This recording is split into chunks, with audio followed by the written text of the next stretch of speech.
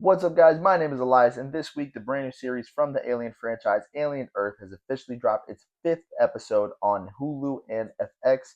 So, continuing our Alien franchise watch list is unashamedly my favorite in the franchise, 1997's Alien Resurrection.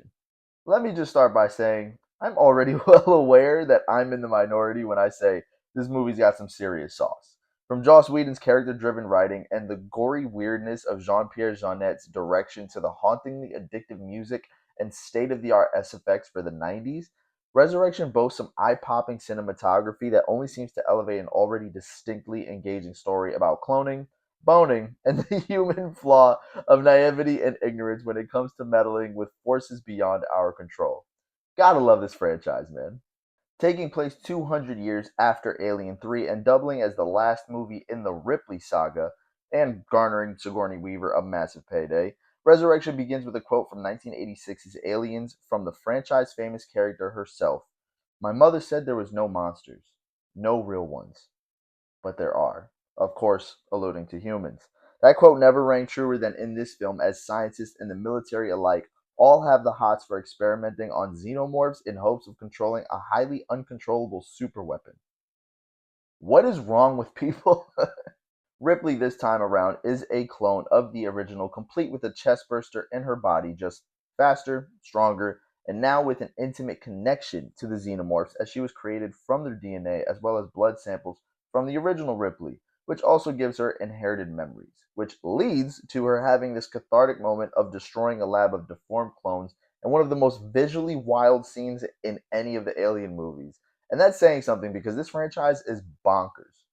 The main crew here are some grifters from the Betty, a ship that's even older than the OG Ripley. A few of these characters are some of my favorites in the franchise, like Ron Perlman's Joner, who's a butthole and an absolute madman, and Dominic Pinon's Vreese, a disabled riot that provides some of the funniest lines in the film. Who are you expecting? Santa Claus? It gets me every time. Gary Dourdan's Christie is a dope character too, with his dual wielded pistols popping off on fools by ricocheting bullets into their heads. Winona Ryder appears as the advanced Sith Call, whose sole purpose of tagging along with the crew was to kill Ripley and the alien inside of her, even though she abstains from doing so once she notices the alien was absent. Michael Wincott's Elgin is killed very gruesomely early on, and Kim Flowers' Hillard gets snagged underwater by some swimming xenomorphs. Yeah. Speaking of, this is probably my favorite scene in the whole movie. As a kid watching this, I was even more unreasonably terrified of the water as I imagined xenomorphs appearing out of nowhere as I drowned and sunk into the dark abyss.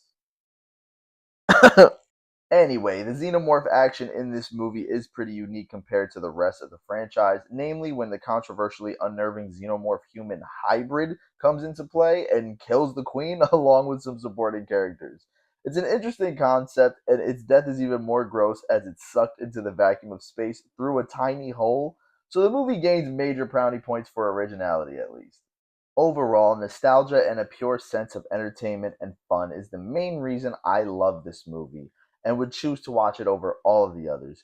And if that ruins my credibility as a quote unquote critic, so be it. But I think it's severely underrated and it has a lot to offer. And if you don't laugh at scenes like when they find Crazy Larry and they refuse to tell him that there's a chest burster inside of him, only for him to be like, "What's an effing side man?" then I don't know what to tell you because that line kills me every single time.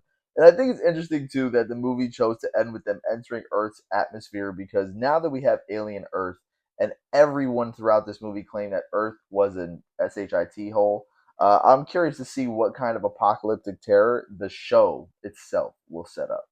But there you have it, guys. My review of Jean Pierre Jeunet's Alien Resurrection. Let me know in the comments what you love or hate about this movie, your favorite, your least favorite parts, and how did you feel about the fifth episode of Alien Earth? Be sure to check out my review of that episode on my page. And if you like this video, to remember to hit that like button, plus share it to someone so they can join in on the conversation too. Hit that subscribe button to keep up with my videos and follow me on all socials at Takes with Eli. But until next time, guys, take care and God bless.